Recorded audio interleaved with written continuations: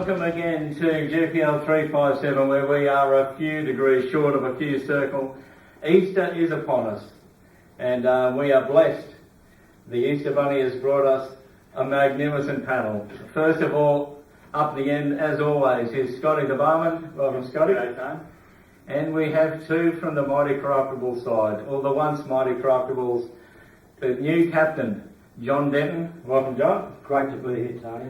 No worries. And the ex-captain who has handed over the reins in a non-blood coup, Phil Messo. Welcome, Phil. Yeah, good morning, Tony. Phil Almighty, I believe, taking over spiritual leader. Exactly.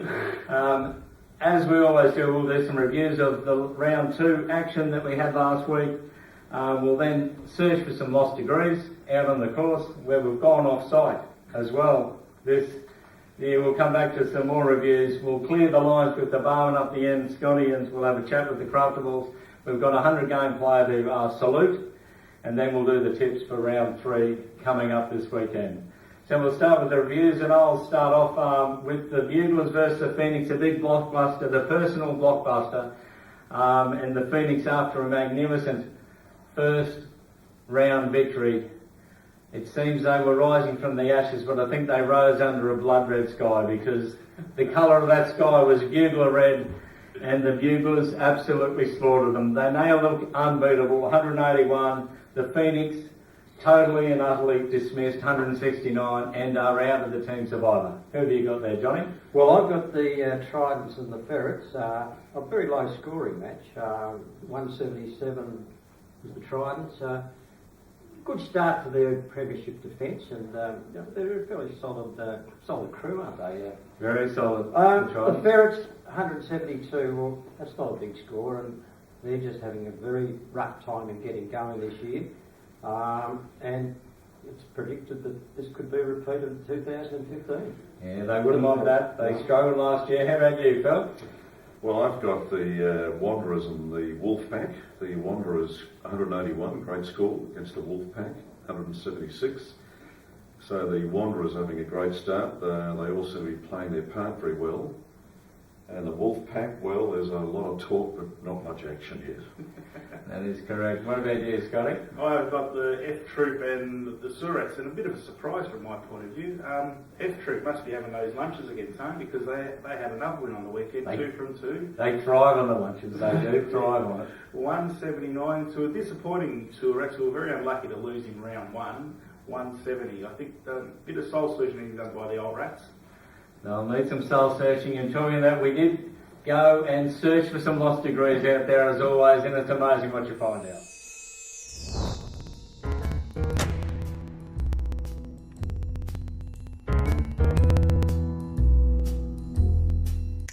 Here we go, just nice casual beer afterwards. Just 35 today, Bobby, getting the old Tunners off to a flyer. Just playing to be handicap, mate. That's all I do. Very, very nice. Yeah. Tunners looking all right in the morning. 39 up. Yeah. The 35. Peter Gavitt, very handy. Very handy. We need the Lennox boys to fire up. Well, It's about time. that will be the question. That'll be answered. That's the knockout, that's the premiership, and that is the team survivor. We're going to cross that one out because you've actually lost that already in the first round. The winner of the Orange Roughie, unfortunately, is not Murray Cropley. The winner of the Orange Roughie, and well deserved, is the chairman, Ed. You're joking. So Ed, well done. You have won the Roughie. Why would you think he'd be joking? Surat Superbox here, having a bit of a chat. Billy, the Wolfpack, Downsy, how'd you go, guys? 36, mate. That's handy, very good. Tony? 45. Really? Minus 20. 25. Over here and get some scoring. Vinny? Improved by a little bit. 34. 34. Shem, the chotch out this afternoon, much easier conditions this afternoon. You'll be burning it up. Ripping it up. Put Josh here for 40. Some of the Rats are going out now. Oh, sorry, it's the Vultures. The same shirts. Same shirts, the Vultures. How's it going with the Vultures stealing the Surat strip? There's got to be copyright issues there. Did you There's realise got to be copyright. I'll just. So as always, the old Surex corporate box, keeping people entertained in the middle of the day.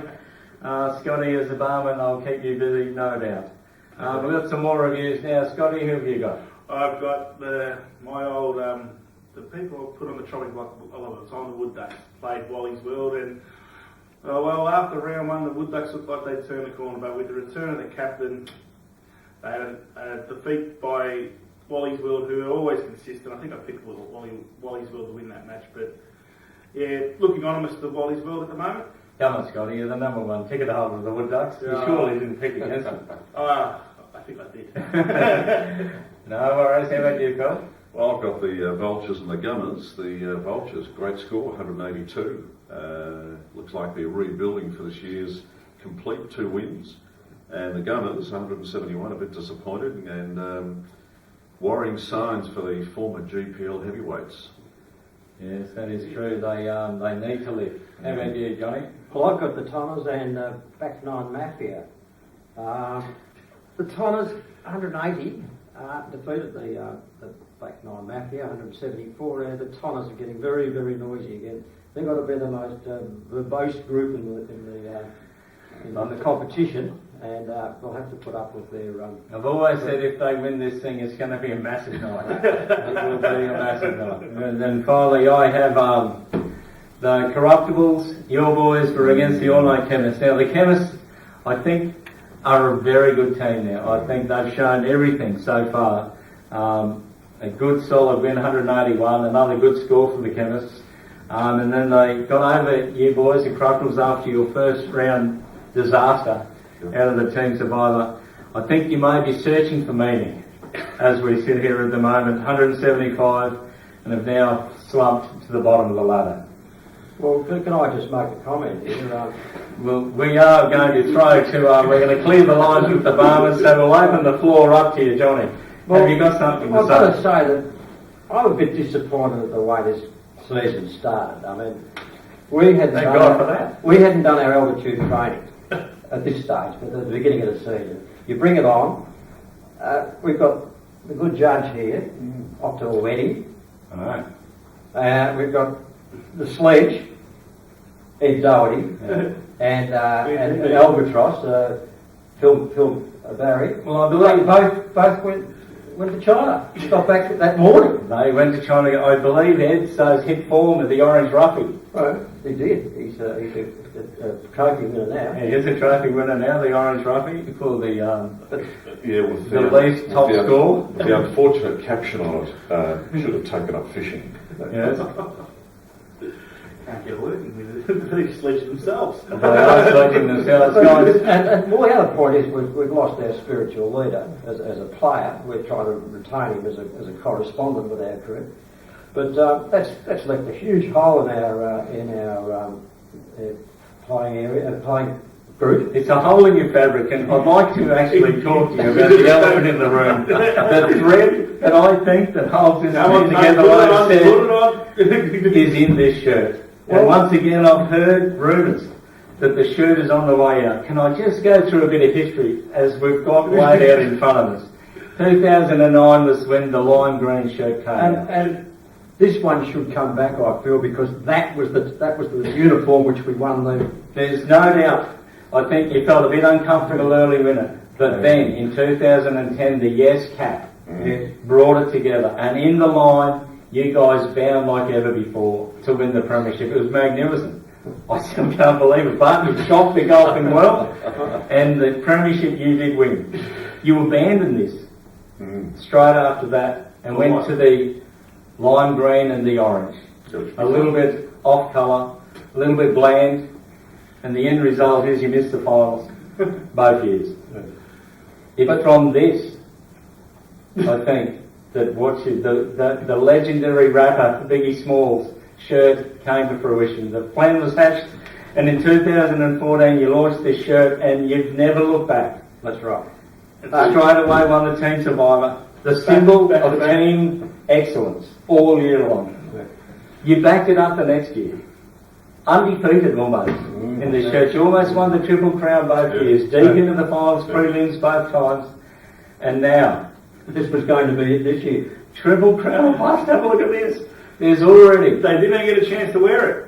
there's already one line as the team survivor trophy disappeared in the first round. That one there. I know. And now we find ourselves after 2 rounds at the bottom of the table. Give me something. Tell me the reasons I'll give you why. something. Our youth policy. We have recruited young In the Darren. future. Youth policy, Darren. Darren was 50 years old. That's part of our youth policy. Tony, you got to We're not understand, going we've had a revision to our youth policy. It was no one under 60. So we've had a revision. So we've leaps and strides here. That's fantastic. How's he going so far, Earl Basling? He's getting there. He's We've decided he's an engine room player. He's going to get sort of 35, 36 a week. But in his defence, Yeah. the first round, he hasn't had his altitude training. He hasn't, no. I think he looks like he'd enjoy it. Now he's starting to blossom, I think. He's come from the heat of Singapore. They reckon their training's very good. The altitude training down at Moon Links is very good too. It is. Must be going through a hard training phase, the Carruthers team. They might come good eventually. Well, we've got 13 rounds to do it. We're just doing it quietly. 13 rounds to go. 13 lucky for some. It's Yes. yet to be decided whether it's going to be lucky for the Corruptibles. But we will see. One final word, guys. Will there be a new uniform? Look, Yes or no? I, as the new captain, have appointed a board looking into it. Beautiful. And I'm getting some reports that there is something hashed. Yeah, we have. But we can't unwrap it at this stage. Okay. Just stay in the egg. Well, we will see how that new uniform goes. If it eventuates, I still reckon you should save the shirt. I think the key to your season is wrapped around your bodies as we presently see. Yeah. It'd be a shame to see it go. The colours on the table. I get the feeling these two blokes wouldn't mind seeing the end of the shirt tone. Yeah, I know. Well, I don't want you putting words in my mouth. Nothing binds greater than being unique.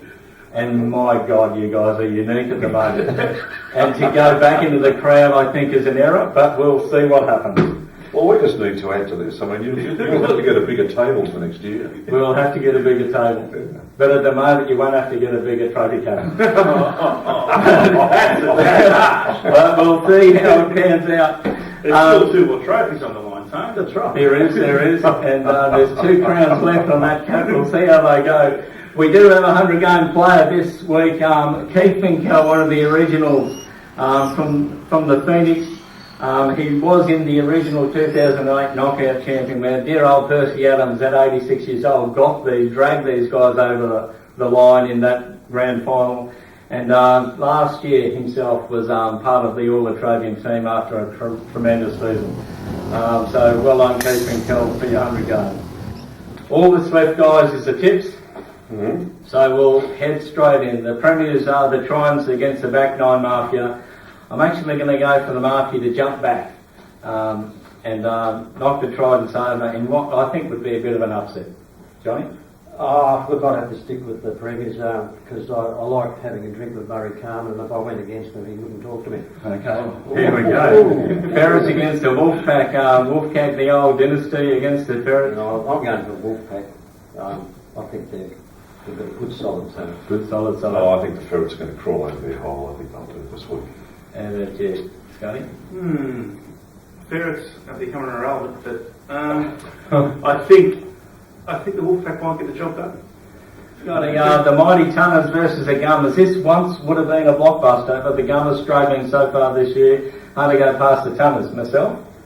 Well, I'm looking at the ladder here at the moment, and I see the class at the bottom of the field. There's the Wolfpack, Sewer Rats, Ferrets, Gummers and Corruptibles. It almost seems that the ladder should be reversed. It is. So I think we'll see something significant from the Gummers this week. Gummers. Yeah, I think John's onto something here. I think all these teams at the bottom who were once at the top are going to wake up next week. So I'm with John. Let's have the alarms on. Wanderers versus the Sewer Rats. It's a cracking match. The Wanderers haven't put a foot wrong. I think they might just get over the Sewers. Well, I'm going to stick with my policy of the bottom times coming good. It is now Easter, and there is a refusal on Easter Sunday. We see the Lord arising. He does. And I think we'll see the sewer rats rising out of their sewer. We'll see. Scotty? I can't go against this team. They support the bar downstairs. I've got to go Sewer Rats over the Wanderers. They certainly do. Vultures versus Wally World. Well, the Vultures have certainly gone into a very big rebuilding of They their have. team. But I don't know about their captaincy. I think we might have a draw here. A draw? Ooh. Well, I think got 182 last week and they're rebuild. I think the Vultures are in for another one. Yeah, Vultures haven't put a foot wrong this year, but they are playing a fairly consistent team in Wally's World. Might go Wally's World. Wally World. F Troop versus the Phoenix. Having played with Tony Owens yesterday, he had a magnificent 42 points, and he's certainly rising from the ashes. I'll go for the Phoenix. Yeah, I'll go for the Phoenix. And in fact, he got 43 just in case he tackles you on the 10th at 12:42 this afternoon. But I'll go for the Phoenix. I think they're... Do you know if F Troop's having a lunch this week, Tony? I don't believe they are. Well, that's definitely the Phoenix for me then. The Wood Ducks versus the Chemists. Geez, I can't go past the Chemists. They've been outstanding so far. Yeah. I'll go for the Chemists as well. After Vinny Sofo gave us a hiding last week, I had to get out of the bar as quickly as I could. I think they'll do it. I think the Wood Ducks for me, I think they'll get a couple of players back after the captain was happy with a couple of players not playing last week, but I think they'll come back with the Ducks. Well, they're a good side too. And finally, the Buglers versus the Corruptibles. At the end of last year, this would have been a blockbuster of all time. Well, I still think it could be. Me, can't go past the Buglers until we sort out this year. Well, I'm looking at the list there, and there's a few of those pennant players who will be on edge about the game. Very on edge. The following day, and look, I'll just have to go for the Corruptibles. I think we're about to regroup, and we've got our new boy who's just about to break open and produce a very big score. Let's hope so. Well, after the stinging rebuke that the replacement spiritual leader gave the Corruptibles during the week, they're going to rise up and we're going to win. A very unbiased account, mind you. Buglers for me. So there we have it, split down the middle, as you can imagine. Thank you very much, guys, for coming on in and giving us your version of the events that have happened over the last couple of years. Remember, if you want to win this thing, you better turn up and play well. This has been GPL 357. We'll see you next week.